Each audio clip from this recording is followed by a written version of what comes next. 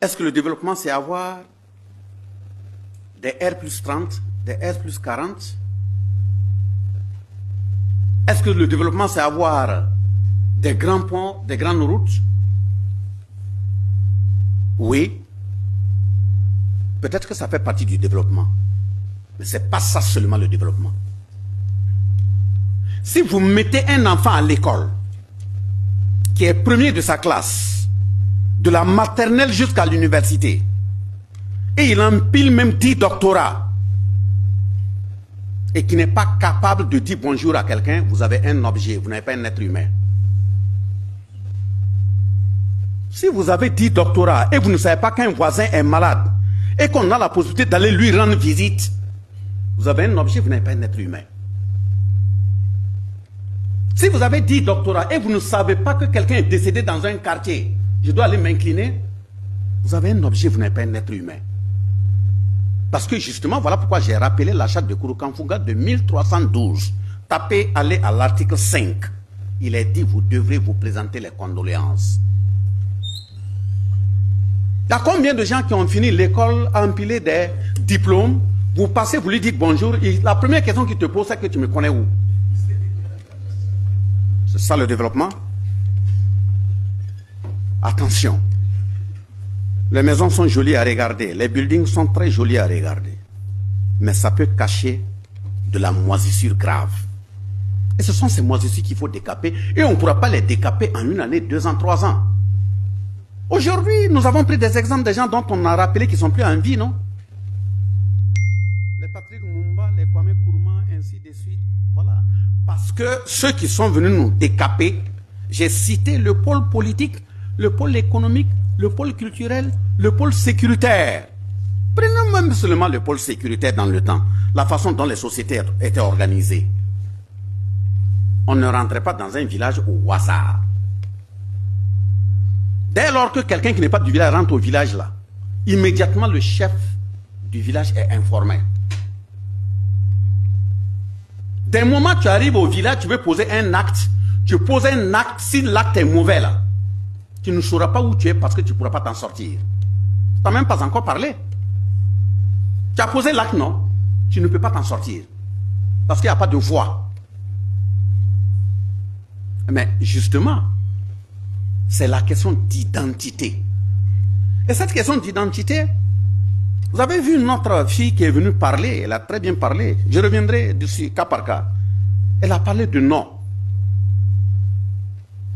Qu'est-ce que c'est qu'un nom? Pour savoir ce que c'est qu'un nom, posons-nous la question. Nous sommes assis dans la salle ici, là. Nous sommes sûrs que nous sommes seuls dans la salle? Sommes-nous sûrs qu'on est seuls dans la salle? Un enseignant a dit qu'on l'a affecté dans son lieu. Lui, il est arrivé, on lui a montré une jolie maison. Lui, il a débarqué ses bagages et puis voilà, il a fait 3 jours. Lui, il préparait ses cours. Et puis un jour, vers minuit, il s'est levé, il partait aux toilettes. Lui, il a reçu une gifle aux femmes. Il regarde autour de lui, il n'y a personne. C'est des étincelles seulement qu'il voit. Il va se redresser, une autre gifle, femme. Il a rejoint la famille du chef. Il est parti expliquer, on dit, effectivement, vous êtes venu servir l'État, c'est bien. Le lieu où vous habitez là, on s'apprêtait à faire du travail parce que il y a des éléments là-bas. Le traitement n'est pas encore terminé.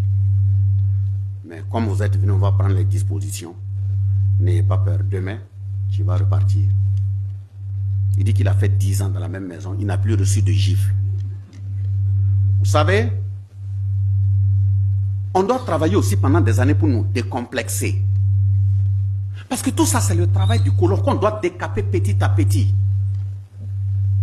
J'ai dit tantôt que, évitons de traverser et transformer par exemple nos villages en des cimetières.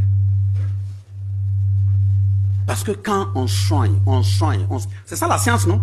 On soigne. Entre-temps, les antibiotiques ne donnent plus. On finit par dire, amenez l'eau au village. Il faut aller voir au village. Vous partez voir quoi au village? Amenez-le au village, vous l'amenez au village pour aller faire quoi? En tout cas, il n'y a pas de laboratoire au village. Hein. Et c'est quand ça devient du squelette, maintenant on dit d'envoyer au village. Tu avais préparé au village, après les gens posaient pour que tu ailles au village. Tous ceux qui nous défendent, que ce soit VTP, que ce soit militaire, que ce soit... Ils s'en vont en brousse, par exemple, ils mènent des combats. Un enfant qui s'est inscrit dans l'armée, qui a fait peut-être 5 ans de formation, il sort, il n'a même pas vu une certaine quantité de sang. Il se retrouve sur des théâtres d'opération où il fait 8 mois, 1 an. On fait des bombardements, il marche parmi des corps, des intestins dans tous les états. C'est vrai, il tient. Il a fini sa mission, non? Il est revenu 8 mois, 10 mois, 1 an après. Vous l'applaudissez, il est arrivé. Il est physiquement présent. Il est physiquement complet. Mais vous êtes sûr qu'il est humainement complet?